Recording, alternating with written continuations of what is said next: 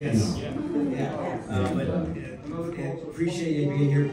Some months ago, director Kevin Lima directed Tarzan, and he was working with Glenn Close, who played Tarzan's mom, and she was so impressed with him. She's like, "You know, you direct live action," and then he went on to direct 102 Dalmatians and Enchanted. And you can see in this, like, there are some very live action moments in this. I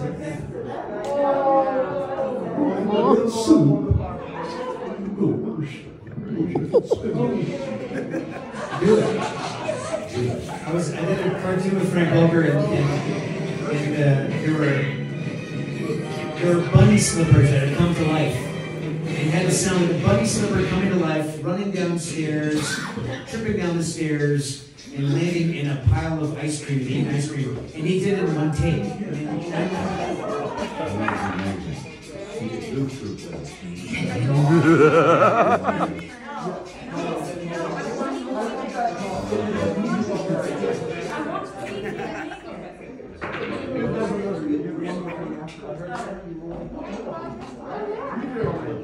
Who knows who has those in her car still?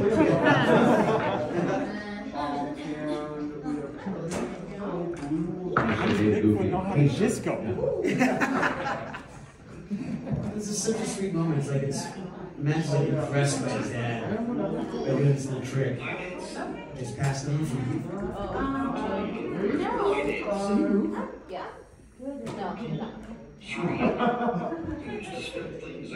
Language bell.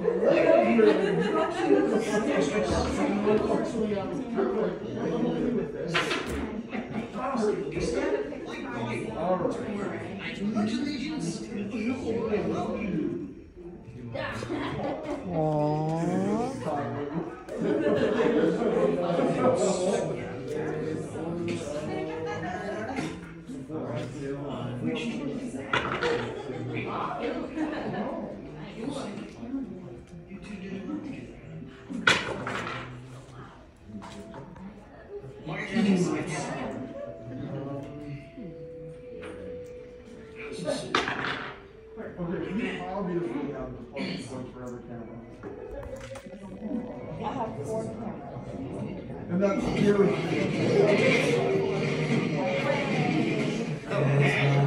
He's gifted at providing voices that don't have a lot of dialogue, but giving them emotion. He's a master at it. Gremlins, he was in Gremlins, he was in Raiders of the Lost Ark, he was the monkey in Raiders of the Lost Ark. Lion Wars and Lion King, yeah.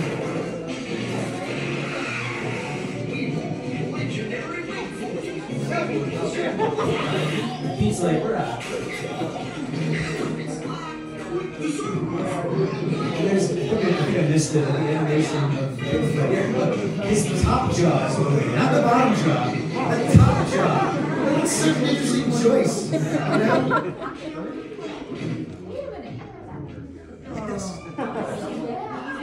If anyone saw the Chip and Dale movie, they borrowed this little clip of Bigfoot looking through the underwear at the end of the movie.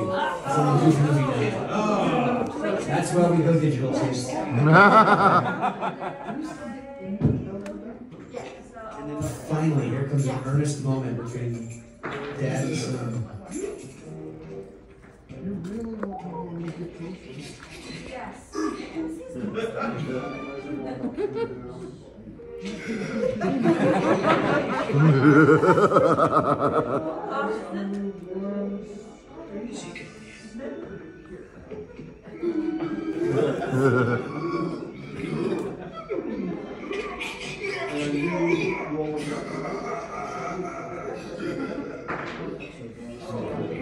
If you don't know who Frank Welker is, you know who Frank Welker is. Frank Welker is the voice of Fred and Scooby-Doo. Currently, Fred and Scooby-Doo. You saw Aladdin. He was a million other movies. Yeah, he worked in movies with Elvis. You seen Aladdin? He's Abu and the King of Wonders. Who disturbs my slumber? And Raja and Bigfoot. Yeah, every dog in the last 30 years. If you're watching the Curious George.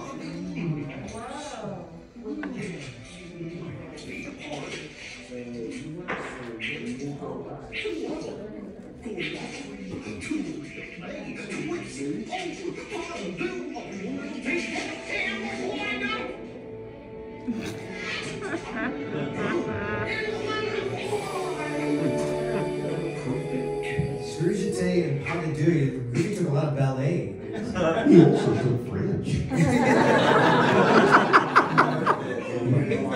lived a lot on that. Those kinds of Right? I wonder what he was working with Goofy, so yeah. What's his side?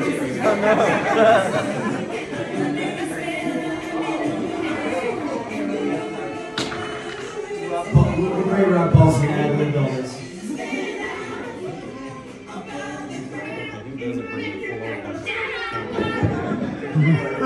came out now again. So 27 years. Outstanding, outstanding. All right. Wow, we're still soaking this in. We were signing games earlier today, yes. And people come up to us and telling us stuff like, "Oh, we had friends who designed their weddings after a Goofy movie." So it means a whole lot. Well, including mine. Including yes. My son got married in October, and they wanted me to officiate. So I got the little Universal Life Church thing, Yes. and got to give him away as Goofy. Which was like, you may now kiss the boy. So you're saying, Bill, that tonight if someone wanted to propose and like lock the deal right now that they could get married by Goofy himself? That's absolutely right. Roll the dice. There's one right in front of you. Oh my goodness.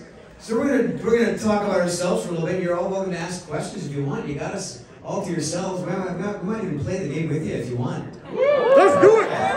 I haven't played it yet, but we did the movie, so that counts, I guess. Yes. You're almost there. We're almost there. Wow. Billy, how long have you been doing Goofy? I've been doing Goofy a long time. Actually, since January 23rd, 1987. So, Pluto, too. We forget Pluto, but whatever Pluto marks. Whoa! That's me. That's Pluto, yeah.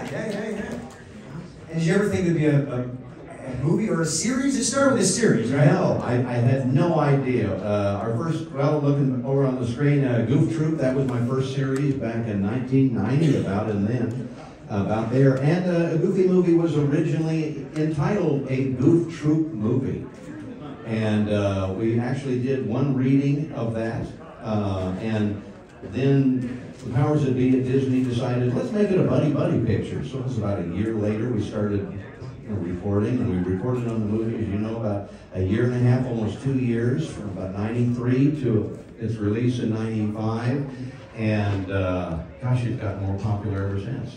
Love that, yeah. And Goof Troop was, Max was voiced by a gal, the lovely late, great Dana Hill, who voiced Max in the, I remember her as Chevy Chase's daughter in a European Vacation. That's right. Yeah, her and Michael Hall. Yeah, she had a lot of on-camera stuff as well. Yeah, and for the feature, Kevin Lima, our amazing director, Kevin. I mean, the reason the movie's so darn good is, well, because of us, of course. I guess I did, not too long ago, I did a 4-hour interview with some friends who had interviewed Kevin Lima about doing a documentary on the making of a Goofy movie. That's right. I don't know I don't know if we're allowed to talk about where it's that. going to relate, be released or anything like that. What? I don't know if we're allowed to talk about that, but we did. Oh, we did. Okay. Never mind. You didn't have any. No, but there might be a someday. documentary. I don't know when, but No, there might be a documentary about a Goofy movie for sure. Yeah, they talked to me too. Yeah. And they got a lot of footage that even you didn't see. no, I had no idea they were filming me when I was doing Goofy back then. Yeah. And a lot of scenes that were rotoscoped and like eye scene. They had the actual dancers. They had that footage if they use it in the documentary. But I'm looking forward to that. Did you recognize any manners that you did that they might have animated as Goofy? That's a good question. Well, now that I didn't think they were filming me, so I had no idea. But not that I can see motions or anything, but they do film you quite often, so they will give that to the artists, and they kind of render them into what they want. I noticed a couple of times Max would put his hands in his hair, and I think I was doing that. And that was here and there. It's probably me eating or something like that. Does anyone have any questions? Yeah. Yes, and we turn the back with the Lester's Possum Park. Sure. The question we all want to know is, how many cups of sugar does it take to get from the... How many cups of sugar does it take to get? How many cups of sugar sugar will take to get to the moon. I remember doing that about 20 times. And they wanted to get it right, and I think they took take number 2. So it was like, I just did that for a whole afternoon. It wasn't because you were doing anything wrong. It's like, how do you say a line That's like a that? weird, and also coming out of a dead sleep and still in the dreamland and that kind of thing. Yeah. Oh, it was, it was kind of interesting because we recorded, I say off and on for about 1.5 years, and there were a lot of scenes that didn't make it in the movie and subplots that didn't make it in the movie. And so they really kind of covered all the bases. They had a much bigger budget than Goof Troop, where we would take like 3 hours to do one of these, just like a radio play, but a Goofy movie. We worked together, and then we would do solo sessions, and I don't know what they used in the actual movie, which ones were us together and which ones were solo, but it all came out to be a great movie. Yeah. I remember my first day, the first line that I recorded as Max was after Nobody Else But You, and the car is sort of, I don't think it's before Nobody Else But You, the car is out of control, and it's going down each butte. Is that what you said, butte? The little thing, the button Yeah, those little, I just want to be your son, Yes. And mine was, what was it? I forgot. I don't want to go on the stupid vacation! Yeah. And is it like, do you hit the line on each butte? I don't want to go! Or just say the whole thing like that. That was the first line recorded. Yeah. Yeah, aren't you excited? Yeah. What do you want to know? What do you want to know? Come on. You have any? Yes, young lady. Do you guys have a favorite line, favorite memory, favorite anything from when you did the recording for the movie? Favorite memory, favorite line? A favorite line? Well, it actually is one of the, how many cups of sugar? There were a lot of them. I can't remember any specifically. That's the one kind of quote. Because my favorite scene is still Lester's Possum Park. If you haven't seen, we did a live version of that, which you can see on YouTube. Yeah. Guys down in Phoenix. Yeah. We're doing a live version of that, and we were looping to ourselves from the movie. And it's quite unique. You might have seen it. They did a shot-for-shot version of After Today. Yeah. It was about 10 years ago. Yeah. And it was outstanding. And they called us like, we're going to do a shot-for-shot live-action version of Lester's Possum Park. Do you guys want to be in it playing Max and Goofy? And we're like, yeah, we did. We sure did. And we went down, and my son was in it, and he's in the bleachers there. And I think we were completely upstaged by the CG the guy did. He was amazing. Really? You could see it's good. I was giggling as he was having a blast doing it. You were so into it. It was a blast. It really was a lot of fun. That took me back to those times in the early 90s. Yeah. People always ask me my favorite scene from a Goofy movie, and it sounds silly, but I always say it's Goofy peeing in the hot tub. And the reason is because I think it's one of the reasons that the movie has lasted so long and it resonated so hard. Is because that's like a grounded, almost live action drama sort of scene between, to me it's just about two fathers talking about the struggles of being a parent. It just happens to be Goofy and Pete. Well, that was actually the hardest part for me in the movie, was adding those layers of a nurturing father who's worried about his son. We've never had to do before. Goof Troop is pretty silly, high energy, kind of Saturday morning energy, and then we had to do these much more tender scenes where Goofy is kind of slightly heartbroken the way Max is treating him and just trying to be the best father he can. Those were kind of hard to do and still keep it in the Goofy universe. So that was a hard part for me. And didn't they challenge you a little bit harder at one point by asking you to do it with just your own voice? Remember that? I guess I can do that. I opened the door. Sorry. Yeah, what happened, actually, it was kind of an interesting thing. This is just for you guys. When they did this, they came to me, first of all, it was because of the regime at Disney, Jeffrey Katzenberg and those guys loved celebrity voices. And so they were originally wanting to use a celebrity as the voice of Goofy. And they, I think, talked to Steve Martin and Jim Varney, and they did screen tests, I believe, and that didn't work out, so I go in, I start recording. And then about a week into recording, they came to me and said, Jeffrey thinks you sound too cartoony. What? What do you mean? He wants you to use your own voice, kind of like Max has a real person voice. Wanted Goofy to have one too. Believe me, I wanted to talk like this. I great sound for Max. So, yeah, so I mean, you mean no wars or anything like that? Yeah. Wouldn't have been the So same. I actually recorded a couple of days Just in using my your own voice. I was there, going yeah. home at night. I was losing sleep because I was thinking, oh, this is going to be terrible. Don't they want to hear Goofy if they go to a Goofy movie? Well, as it so happened at the time, they had an Oscar presentation where they had an animated Snow White with Rob Lowe. And they had the traditional Snow White, and they changed it. They said, no, I want to have a 90s Snow White, a Julia Roberts kind of Snow White.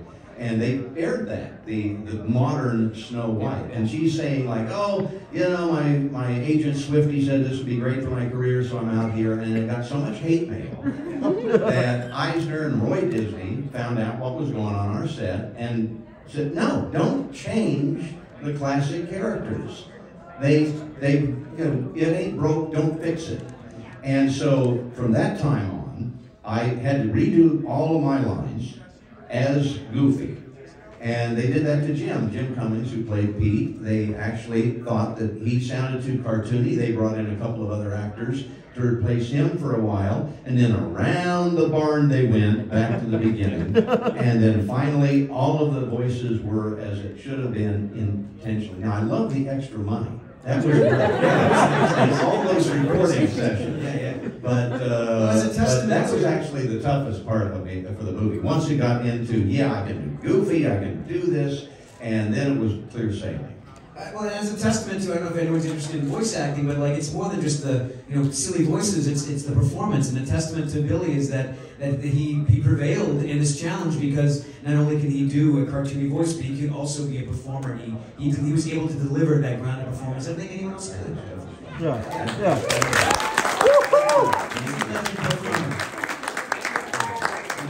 Jason was difficult because he's a great actor and something. Don't you forget it. My man with the goofy shirt. Yeah. Hey guys, with that performance aspect, were you guys the ones that actually sang the songs in the movie, and how hard was it to sing the character? Did we sing? You sang. Yes. And that was actually, I think the first days for me were the songs, Open Road and Nobody Else But You. And you can explain to your friends. Yes. That was not me singing in a Goofy movie. That's my pal Aaron Lohr, who you've seen in Newsies, and we worked together a bunch of times. And it's funny because I booked Max, the voice first, and see, I just did it a second.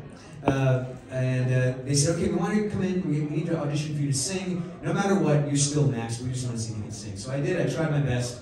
I'm not going to win American Idol, but I did my best. And they hired Aaron. And Aaron and I ran into each other like a commercial audition a few days later, and I'm like, hey man, how's it going? What are you doing? He said, oh, I just booked this movie. I'm singing for this actor who can't sing. And then a couple days later, he called me. He's like, why did you tell me that was you? It's so bad. But no, Aaron did a great job. It's one of the, like it's one of those things I reflect back on. And I'm like, man, I could have done that. I don't know what. We rectified that later on at the D23 Goofy movie reunion, where we did sing. Yeah, you want to see that? It's on YouTube. He can't sing. Why didn't you get? But that was so early in the movie, they didn't know you could sing. It's show business. It's not show talent. That's what happened. But no, no disrespect to Aaron. Aaron's an amazing guy, and he did a great job. And I'm glad that he did it. If anyone, thanks for asking, bringing up that powerful. Yes. Rip the bandage off of that one. Well, regardless if you sang or not, what is each of your guys' favorite song from the movie? Gosh. Really Nobody Else But You. Because it's them really talking about their feelings, and it's still comedic, and it, floating down the river on the top of a car is kind of an unusual place. But I love that song. But gosh, I also love the opener, and obviously Eye to Eye is a fantastic song, and I wish I'd done something in that. Goofy sing that song. The perfect cast, right? I like Lester's Possum Park. Yeah. Oh, It's yeah. so fun and silly, and I'm a big fan of like Country Bear Jamboree. So that whole knee slapping thing is outstanding. Oh, yeah. Young person in the overalls. So you guys talked earlier about how this movie kind of resonated over the years. Did you guys expect that when you filmed it? No! And neither did Disney. They didn't really do much publicity for it. It wasn't a tentpole big Disney release, and it was released on April 7th of '95. And just kind of, but it just caught on. It became the second highest grossing box office film animated in that year. And number one in video sales. Yeah, it became number one in video sales for quite a while. They didn't know what they had, I think. And they never had for the longest time. And now, thanks to you people, for real, and it's gotten bigger and bigger and bigger. And now there's, games and board games and all sorts of stuff. There's only one, and it's in So front of your far. face right now. So far. The only place you can get it, right here. Bam, you're the first. You're the first People people. will be Goofy gets lost, There you go. Yeah. Yes, sir. Yeah, I was just wondering, how many takes did it take you to say it's a Bigfoot? It's been probably just 2 or 3. It's Bigfoot! That was also one of my favorite scenes. Just Frank Welker doing the voice of the Bigfoot, and that was fun. Of course, we aren't watching the movie when we do this. All we have is a script. And so we're just doing that until we saw it in theaters. And that was actually a special thing, is to actually see this film in a theater with an audience. That's something that I'll never forget, because it's, you get the spontaneous response. We do something on TV, you never know how people are enjoying it. But boy, you do when you're in a theater. And that was very gratifying. Yeah, for those who don't know, like traditionally they record the voices first, they animate it afterwards. And it was a studio in Paris, France, actually, that animated a Goofy movie. Yeah. Yes, sir. Oh, this little girl. This little girl, sorry. Beauty before age. Hi. How's it going? Opinion on possums. I'm for them. I see one in my yard, and I'm like, just go ahead. Here's some compost. Have at it. Really, possums? Do I what? Are you for them? Well, Opinion on possums. No, I've got some on my security camera at home knocking my wife's flower vases over, so I don't like. No, I do have a great story about that scene, though. I was out with Pat Buttram, who played the owner of Possum Park in the movies as Here He Is,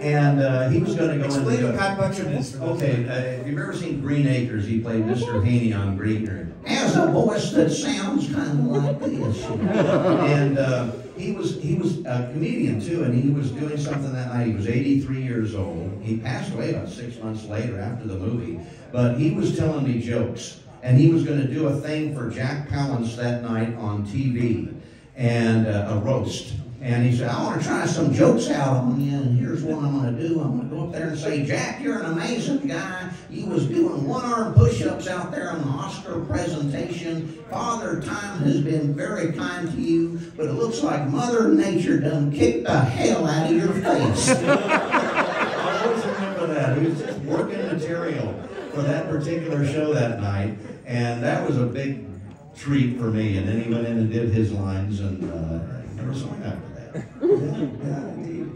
Did you have a question, sir?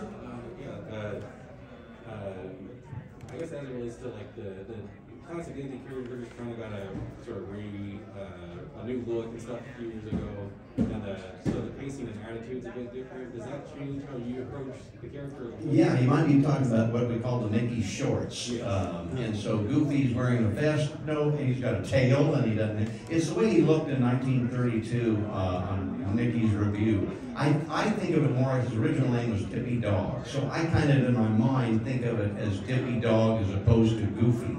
And we get away with more on that show than we used to. There's one dog show where they're confused. Mickey's wondering why you know, Goofy and Pluto are kind of, oh, what's the deal with these guys? And I mean, there's one scene where Goofy's scratching his butt on the carpet, you know, and okay, we haven't done that before. Okay.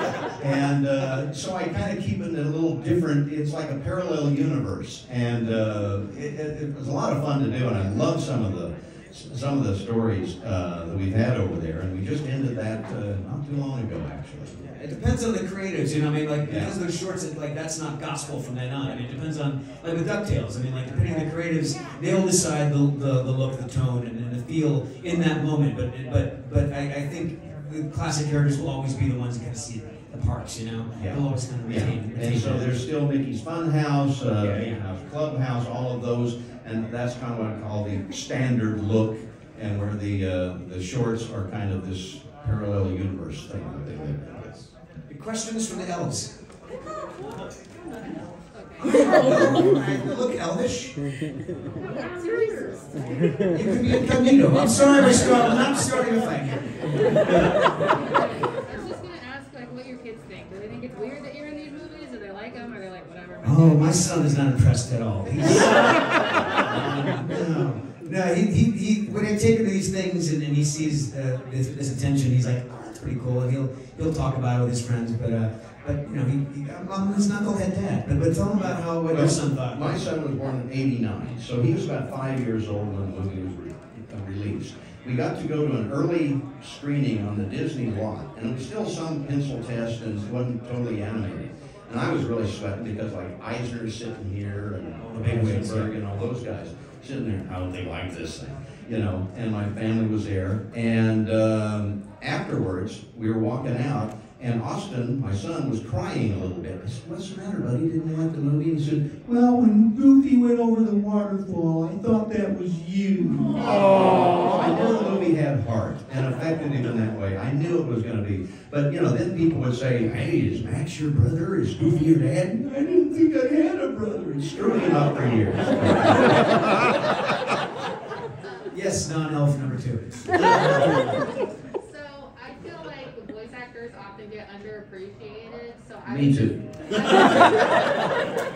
was curious, like, I know, especially Jason, like, I know you from Hocus Pocus, from Spirited Away, so, like, how has it been seeing all this attention for the Goofy movie and you guys bringing these characters to life? Well, first off, thank you, and you can turn me into a fat, useless, contented house cat anytime you wish. Do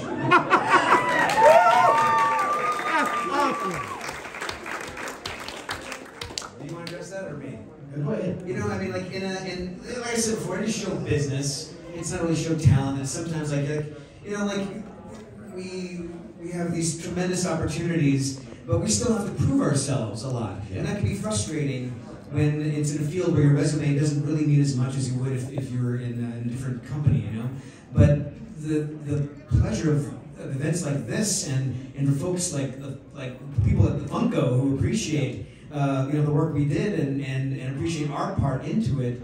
It doesn't bother me so much. It's like an extended family. It is. It really is. Yeah.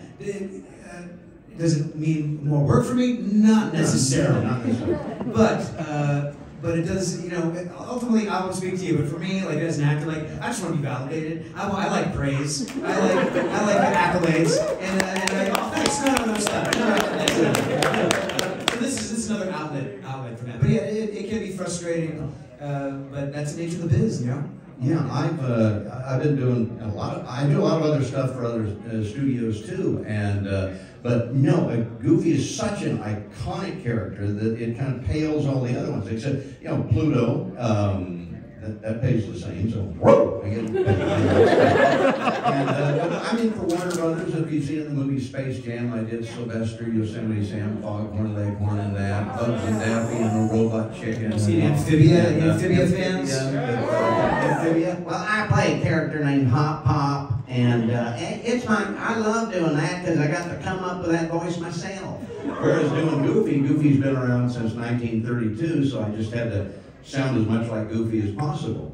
And, you know, dozens of other movies and TV shows, but yeah, Goofy's right up there. He's the pinnacle of the pyramid, I guess. Yes. What I love, especially about working with this guy, is when I go to events, because I'm a fan as well, but every time he does the voice, I don't know you, but I turn into confetti. It's like, yes. I guess this is kind of more directed towards Bill, but since you guys both have been in the voice business for so long, and I mean you especially, you've been everywhere from like basic Disney stuff to like all kinds of spin-offs over the age like Kingdom Hearts and stuff. So what would be the most interesting gig that either of you have ever had? The most interesting gig? Could that be probably most embarrassing or honest? That's one that never aired. It was my first year out here. I needed money. And so they wanted someone to do a Ronald Reagan in a fake, I'm going to explain this. It was a fake music video. It was being put together by a guy that looked like Gorbachev. And he had a, quote, fake band called Gorby and the Red Hots. And they were going to do this thing. And it was actually a big production on a big sound stage, 35mm Panavision cameras and everything. And they wanted me as Ronald Reagan. And I said, well, I can kind of do the voice. Well, and all right, you know, and here we go. And they said, no, you're not going to talk. You're just going to look like him. And I'm, okay. And I thought, well, prosthetics might be fun. No, they got down there. It was bad grease paint and everything. They put me 100 yards from the camera. And so my favorite scene in mental image in my showbiz career was in one of the scenes, they were going to tear down the Berlin Wall with a guy that looked like Gorbachev, a stuntman, on a big crane, knocking over, and then all these dancers and people and celebrity lookalikes come out and start singing this horribly bad song with this group, Gorby and the Red Hots. And one of the celebrities was, I don't know if you know, the iconic Angeline, who was, you know, okay, there's actually a series about her now. She is famous for being famous on billboards in Los Angeles. And that Angeline, yes. So I had to get on my knees, grab her leg, and look lasciviously at Angeline while while they're singing this stupid song with all of the guys that look like the Pope and Sigourney Weaver and others. You know, the movie was so bad that the guys that were putting up the money fled. They disappeared. They stuck the production company with around $200,000 of unpaid bills. They called all of it. We're going to try and get you your money, which I never got a cent. There's no dailies. I can't find a foot of this film anywhere. But so when I'm on my knees as Ronald Reagan holding Angeline's leg, going, Bill, that's I'm thinking, did I pick the right career? That's probably one of my strangest, memories of show business. I want to see that. It's got to be on YouTube somewhere. I've looked. Yes, Frank. Yeah. What's your thoughts on an extremely goofy movie? Honestly, yeah, it's really a great movie. It was, I wish it had had songs. Yeah. I wish it had had more of that. And the interesting thing, I probably did about 30 to 40 different days of recording over a 2-year period on a Goofy movie. I think I did 2 days of recording over about a 4-day period. And we didn't see each other at all. No, we didn't work it together at all. Yeah. So in that regard, it wasn't as satisfying. But I certainly love the storyline and the acting was fun and meeting everybody, but which was very few in those days. So it was just me and I forgot. I don't even remember who I was in. No, we had a girlfriend in that. Yeah, Bibi Newirth. Did you get to work with her? I've never talked to her on the phone. I've never met her. Wow. She did her stuff in New York. She was on Broadway. I did mine in Hollywood. Never talked to her. Wow. I enjoyed it. I mean, personally, Jason, I'm not like a big sports fan or X Games fan. I thought it was a little interesting storyline, and it was, you know, I was sad to not work with everyone. It was a different structure doing the straight video stuff. But ultimately, I thought it was well animated, well paced. I'm talking like film structure here, and really well done. And I was happy to be part of it. Yeah. Half a week's work. Yes. Do you wish they had made a third movie from that, like a continuation? Oh, I certainly would think. I think it's about time, and maybe with the release of this game, they'll get the hint and make a third movie. Yeah! I'm ready.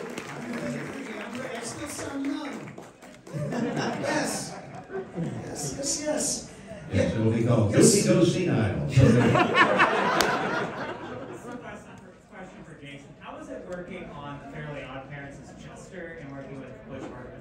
Oh my gosh, you ever watch Fairly Odd Parents? Yep. It's Chester McBadlands, Timmy's friend. Gosh, if anyone needed Fairly Odd Parents, it was Chester, for crying out loud. Living in a trailer, playing dirt. Yeah, it was good. It was a good time. Butch Hartman is great. I wasn't the original voice of Chester. It was Frankie Muniz who originally voiced Chester. And he got too busy being a TV star, and I was available. So actually, never when the audition came up, I didn't know about that at all. I didn't know I was replacing anybody. I just saw this picture of this guy. I was like, Oh, but he talks like this. Like he's big crazy, smiling all the time, but he's nice and happy. and they cast me. And I will admit I'm one of those arrogant actors where I don't like line reading. I like to be challenged by directors, and Butch will give line readings, and I didn't mind it from him at all because it's his vision, it's his energy driving it, and he was always pushing for for his humor, louder and faster. And so he would let me try it a couple of times, and then he'd do it, and I just copy him, and it was even better, But I loved working on the show. It was so much fun. We had a great cast on it, and he's a tremendous talent. So I'm very, very proud of that. Yeah. I know we only have 30 minutes, and I know you guys want to play the game. So we have time for one more question. All right, close us off. What do you got? So this is a question for you. Yes, sir. But how did you end up playing the voice of Binks the Cat on Hocus Pocus? How did I do the voice of Binks the Cat? How did you, because obviously the actor that played Binks is not the voice of the cat. Right, did y'all recognize in the movie, who's seen Hocus Pocus? Yeah. Just a couple of you. All right, cool. Cool. You recognize that guy at the beginning is not me? Yeah, that's my pal Sean Murray, who you know on NCIS and many other things. So they hired Sean first. Sean was hired to play Human Thackeray and voice Thackeray. And then they shot the movie. And then they edited the movie. And then they're like doing all the special effects. And the movie's like 80% done. And someone's like, I think that we need to have a different sound for Binks. I think Sean was using his own voice. And Sean's very, I think he's an LA guy, very valley. And Binks is, 300-year-old cat from old colonial Salem. They wanted more of an old world sort of sound. So I read for it, I booked it, and it's much cheaper to put me in front of a mic than to put me in the outfit, get the cameras and the lights and the crew. So I had to loop the movie, and not just Binks, but for continuity to loop Sean as well. And he and I have never talked about this, and I hope that, I don't know if he was shocked, I don't know if they told him about this. Marston guy. Oh, never done, yeah. I thought about taking some clips of him in NCIS and just looping it just to see what I upset. But to show how detailed they are in this process, there's a scene in the beginning when Human Thackeray's trying to save his sister, and he has to crawl through the moat and up into the window, and he's all wet, and he's looking at the witches destroy his sister, and there's a tight close-up of his face, and there's this bead of waters going in and out of his nostril because he's breathing so hard. That's me breathing. And they couldn't keep his breathing. I'd replace his breathing. So that's just movie magic. Speaking of magic, again, thank you to the folks here at Funko. Thanks for coming. Thanks to you guys for giving it so hard. Yeah, man. So let's play a goofy movie. We lived it. You're gonna play it. Yeah. So, let me tell the crowd how it's gonna work. Yeah. So before we watch, we're gonna do some signings. Okay. So we have a stack of Goofy movie games over there. So the way this is gonna work, fairly simple. You're gonna get up, walk around the room, grab your copy, loop back around, and come up to the table here. Worked.